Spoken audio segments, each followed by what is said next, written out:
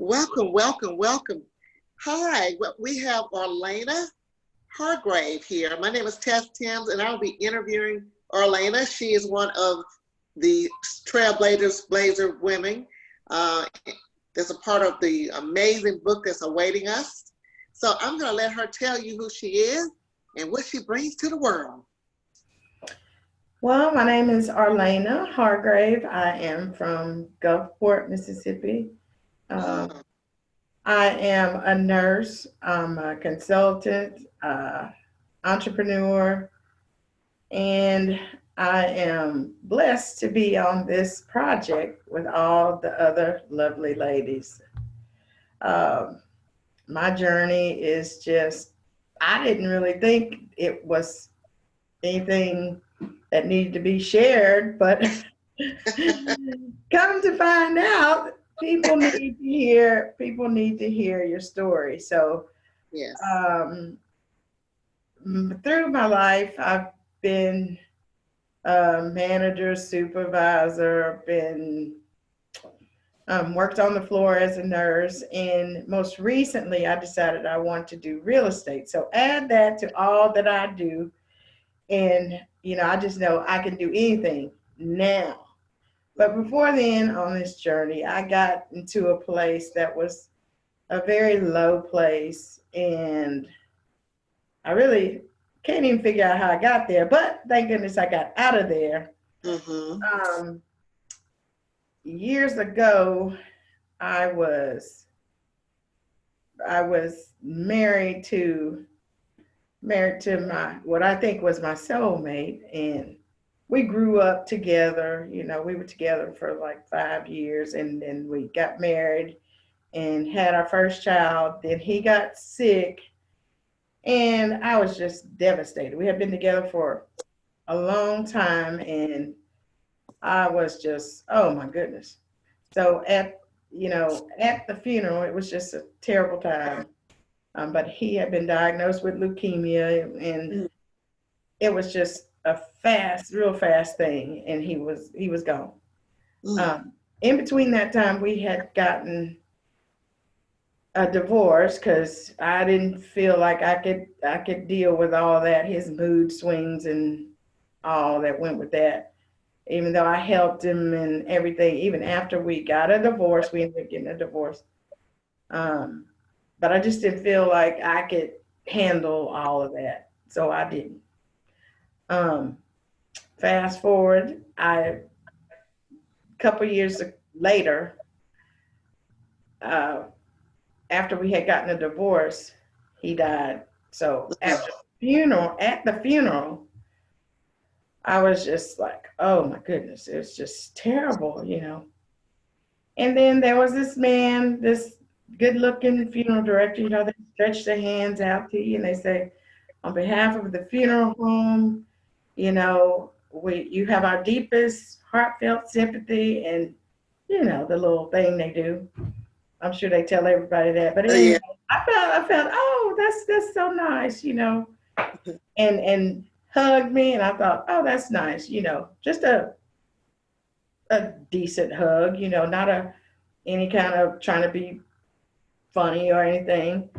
And I thought, oh wow, and said, if there's anything you need, you let us know. Well, I decided, well, there's something I need. Let me call. I called Monday. That was on a Saturday funeral. On Monday, I called and said, this is a personal situation. Next thing you know, that was my boyfriend. Oh, stop. Yeah. So that was my fault. I blame myself. That was my fault. That was my fault. He was young. He was handsome. He was all that. So I got into that, and he was an old young man. He did everything. He made sure I had whatever I needed. He did things before I'm thinking about I need to do this. He would do it or have it done. He was a mature young man. So I thought, what? Really?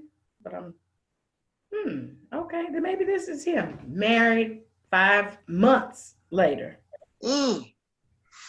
Married. So it was good for a few years, and then Next thing you know, I was in a situation where I got hit. Mm. And I thought, well, wait a minute. Oh my God. But oh, he made sure he apologized and flowers and everything. He just apologized. He was so sorry. I thought, okay, well, maybe he made a mistake. But no, that wasn't a mistake because, it was steadily, any little argument, any little thing, it would be a fight. So I'm like, oh no. And, over the years of being there, I would leave. He would talk me into coming back, and I'd come back and then leave and come back and leave and come back till I finally decided, no, that's enough of that. That's enough. So the fourth time I left, and I said, that's just it. That's just the end. I'm not going back because my children had been through all of that, and I'm like, that's enough. That's just enough. But I didn't tell anybody. I didn't talk to anybody. I didn't have any friends. Well, I had friends, but they stopped talking to me because he was controlling. If they would call, you couldn't talk. Well, you could, but then he'd fuss after that, so you just wouldn't worry about it. But or if you called anybody, you have to wait until he went to work or whatever. He had to be gone because he didn't want you talking to other people, didn't want you going seeing other people. So I ended up, it was just me. And then finally I decided to talk to one lady, and that's how I, got up the courage to tell. I told her, she was an evangelist, and she said, oh no, you got to get out of there. She knew him, but she said, you got to get out of there. She said, I'll help you. And she did. And that's how I got out. But I mean, I don't consider him to be a bad person. I don't know what to say, forgiven, done, whatever. I don't have any hard feelings toward anybody because I still believe everything happens for a reason. That might be crazy. That might be a crazy thought for something bad to happen, but I believe everything happens for a reason. Because had I not gone through that, I wouldn't be here to, write my little story in the book, and to possibly reach somebody else. Because people look at you and they don't know all of it. All they know is they see you. Oh, girl, I see you doing real estate. Oh, girl, I see you doing this. Oh, girl, I saw you consulting at this nursing school. Oh, girl, they don't know. Because this is my first time with this book. It's the first time I ever told anybody, besides my close, relatives and friends. And Kern invited me to this project, and she even had no idea.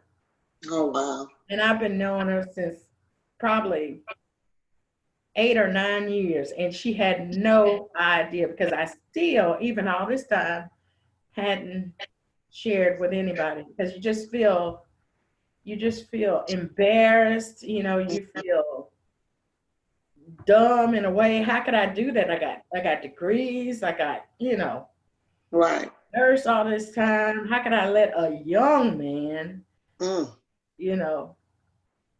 the wool over my eyes, I'll say, But through all of that, I'm here, and I'm glad to be here with all these ladies with this book telling my story. And I just hope it'll help somebody, to be able to do whatever it is they need to do to get out of the situation that they are in. Right. Awesome.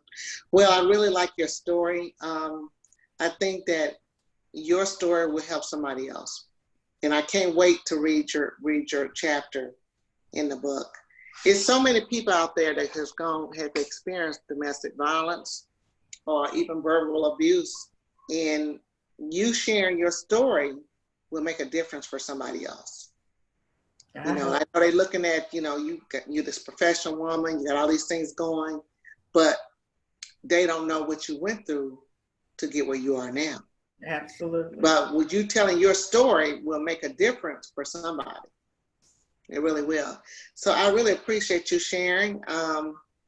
So what you want people to know, want to get from your story, repeat that again. Just tell me in 1 or 2 sentences. What do you want them to gain from your story, your chapter in the book? Well, I want people to gain is the courage to be and to do whatever it is that they want to do. Even if they're going through something similar to what I've gone through, just to be able to look at somebody who has gone through something similar and know that you can still be or do whatever it is that you have set that you want to do. That's true. That is so true. Awesome, awesome. I was just telling another young lady I just interviewed that, you know, the Trailblazers, Women Who Lead, is one of the best groups I've ever been in. And you guys are rock. Y'all are just on point with everything. You have so much to bring and give to the world. And I'm so honored to be a part of it, to be one of the co-authors as well. So I thank you for allowing me to interview you and for you to, just to share your story with everybody. It's going to help so many people. So I'm so looking forward to reading your chapter and meeting you in person. So super excited, and thank you so much for allowing me to interview you. Now, if someone wanted to reach out to you, how could they contact you? Well, on my realtor page, they can contact me, Arlana Hargrave. On Instagram, it's at Arlana Sells Houses. And then my regular email is arlana@exitmcr.com. Okay, repeat your email again.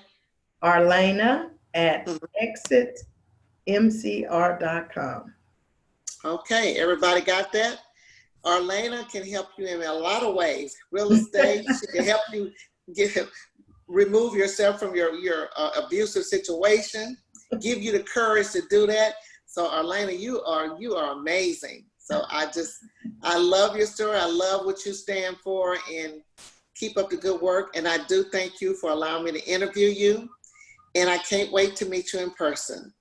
Thank you for having me. I'm so grateful to be able to share my story, even though I had no idea I would be having the opportunity to share it so many times. I'm just blessed to be able to do that. And thank you for having me. Yes, thank you. So you go out and have a fantastic night, and I'll see you and talk to you real soon. Thank you. Thank you. Bye-bye. Bye-bye.